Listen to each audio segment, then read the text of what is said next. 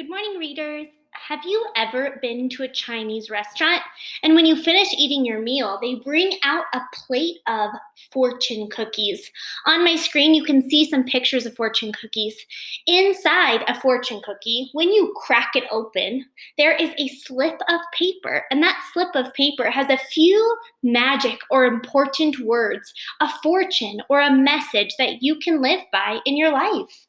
Readers, these messages might tell you or show you how to live a good life. They might tell you things like, make a good friend, but keep the old, or don't ever give up. And readers, when I get into trouble in my life, I often think back to the fortunes that I found inside fortune cookies, and they remind me how I can fix that problem or some lessons that I've learned along the way. Well, readers, fortune cookies, like the ones I have on my screen, aren't the only place that leave little lessons or messages. I also want to tell you that inside books, there are tiny slips of paper similar to the ones inside fortune cookies, and those little slips give you reminders or lessons that characters have learned, lessons that you can live by in your own life. So today I have a few of our old friend stories, and we're going to think back to these lessons that or slips of paper that might be inside these books, things that we can live by. Here I have one of my favorite old friends. It's called The Three Little Pigs, and you most likely have seen this story before. Inside this story, I found a lesson, a little slip of paper that says, don't ever give up. I know those pigs tried and tried and tried again. They built their houses out of all sorts of things and they never gave up. And in the end, they got away from that scary, scary wolf. Readers, I can keep this in mind in my life to not ever give up. When things get hard, I can think back to the story, The Three Little Pigs, and I can live by this message. It can help me get through trouble in my world. I also have another one of my old friend stories. It's called Mother Bruce. And I know first graders in my class love this story as much as I do. When I think back to this story and I think about what this author might have been teaching me, what slip of paper might be stuck inside, I found the lesson, make the best of things. Mother Bruce ended up getting stuck with the little goslings, and in the end, he made the best of things, and he actually started to like it. So when things are going bad in my world, I can think back to the story Mother Bruce, remember this fortune or this message to make the best of things, and it can help me get through trouble in my world too. So readers, today I want to teach you that stories are like fortune cookies. When you open up a story, there's a little life lesson or a message inside. You should pay attention to those life lessons, just like you find them in fortune cookies. Readers, today I have a new anchor chart that's going to help us do this work.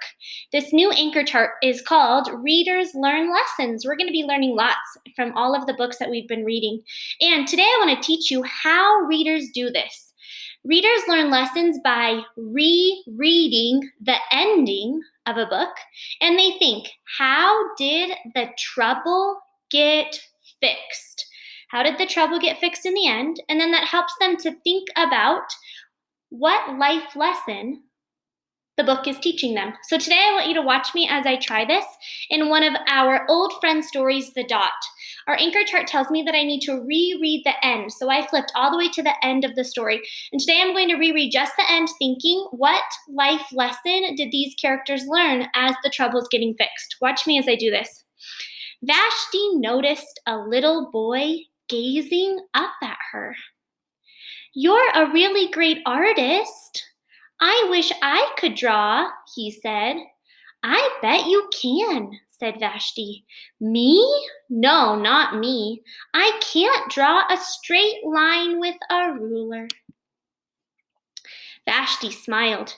She handed the boy a blank sheet of paper. Show me. The boy's pencil shook as he drew his line. Vashti stared at the boy's squiggle, and then she said, please sign it. And readers, that's the end. As we remember in the story, Vashti could have never, ever, ever thought, Vashti never, ever, ever could have thought that she could have been an artist that could have produced such great artwork until she was inspired by someone else to do that. And now, in the end of the story, Vashti is inspiring this little boy to be an artist. So I'm thinking about how that problem got fixed.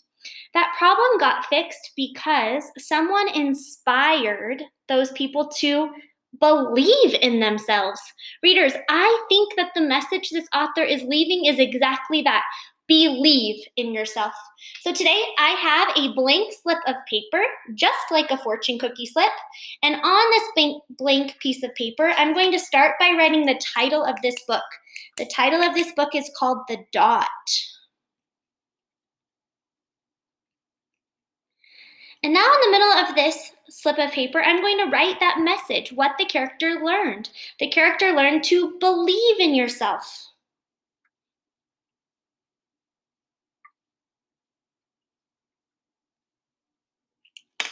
And readers, I'm going to leave this little slip of paper that says believe in yourself right inside the book. I'm also going to keep this message in mind. When I get into trouble, I'm going to remember the lesson that Vashti learned, and I'm going to remember that I can believe in myself too, and that can help me fix some trouble in my life. Do you see the way I did that today, readers? Did you see the way that today I went back to an old friend's story and I thought about the lessons the characters were learning, the lessons I could learn. And the way that I found them was by rereading the ending of the story and thinking, how did the trouble get fixed? Once I thought about how the trouble got fixed, I thought about what the character learned. Vashti learned to believe in himself or herself, and I jotted that down on a slip of paper, just like the slip of paper in the inside of a fortune cookie. So readers, as you go back to read today, you should do the same work. You should go back to a book that you've already started, a book that you've already finished, because today, readers, you're going to reread the endings, doing the same work that I did. You're also going to need a few slips of paper. I just cut up a piece of computer paper into tiny slips, and I jotted down lots of fortunes that my characters had learned. Today, you should be doing this. As you finish a book, you should jot down the fortune on a slip of paper just like I did. And then at the end of reading, you should come back and videotape yourself talking about the lesson that you jotted down on your slip of paper. I can't wait to see all that you're learning from characters today. Off you go.